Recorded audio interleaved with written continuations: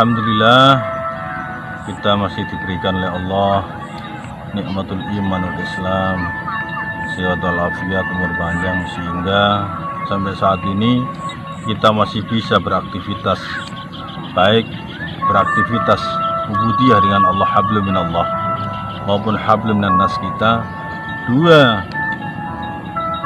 konektivitas ini harus kita jaga agar keseimbangan hidup kita bisa terjaga.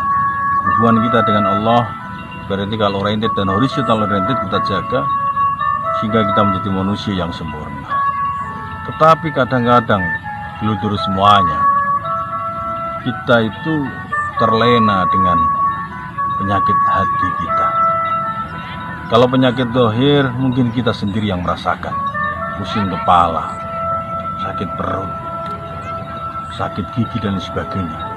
Betapa kita merasakan sakit itu semuanya. Tetapi terkadang kita melupakan bahwa kita semuanya ini tidak bisa merasakan apa yang jadi penyakit hati kita. Walaupun kita tidak merasakan, justru orang lainlah yang merasakan penyakit hati kita. Rasulullah Muhammad SAW, beliau bersabda, "Inna fil jasadi mudghatan, in saluhat saluhat jasadu kulluhu, wa in fasadat fasadat jasadahu kulluhu, ala wahyal qalb."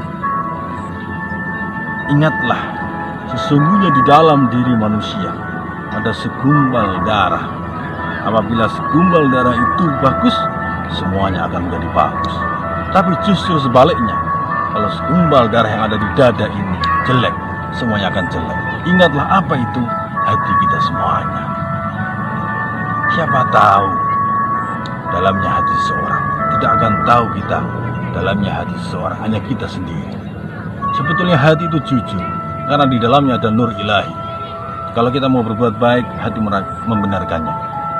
Kita berbuat salah, hati pun menyalahkannya. Tapi kita kadang-kadang tidak sadar itu semuanya.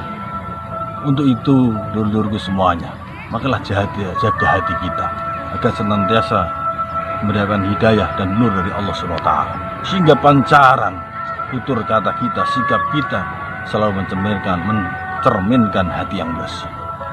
Tetapi kalau hati ini kotor, hati itu ibarat mata air. Kalau mata air itu bersih, niscaya air yang dikeluarkan, yang mengalir itu selalu bersih.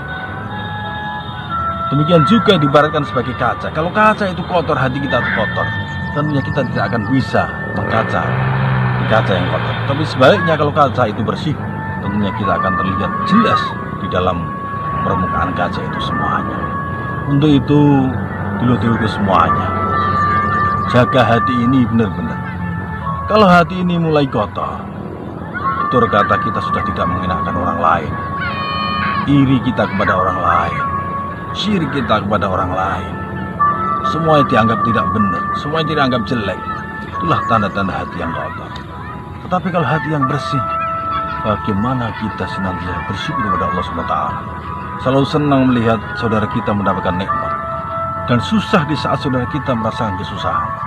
Tetapi kalau mulai kita melihat seseorang yang merasakan kesusahan dan kita bahagia, atau sebaliknya, di saat orang lain mendapatkan nikmat dan kita susah, itulah hati kita mulai kotor. Untuk itu dulu semuanya, bagaimana membersihkan hati ini? Ala bidzikrillah tatma'innul qulub. Senantiasa berzikir kepada Allah SWT, sehingga hati ini merasa mendapatkan nur hidayah dari Allah dan penerangan oleh Allah SWT. Untuk itu saudara-saudaraku semuanya, dulur-dulurku apa ya, kalau kita bisa seperti itu, insya Allah, dengan cara apa? Berbanyak berzikir kepada Allah SWT. Kontrol perilaku kita. Kalau hati kita bersih, insya Allah perilaku kita, tutur kata kita, sikap kita selalu akan baik. Tapi sebaliknya, kalau hati ini mulai kotor, tidak terkontrollah perbuatan kita, tutur kata kita, sikap kita dan sebagainya. Untuk itu, dulur-dulurku semuanya, kita berharap hati kita senantiasa mendapatkan nur hidayah dari Allah, diberikan penerangan, sehingga apapun yang kita lakukan sesuai apa yang diridhoi Allah Subhanahu wa Ta'ala. Demikian, dan kurang lebihnya, wassalamualaikum warahmatullahi wabarakatuh.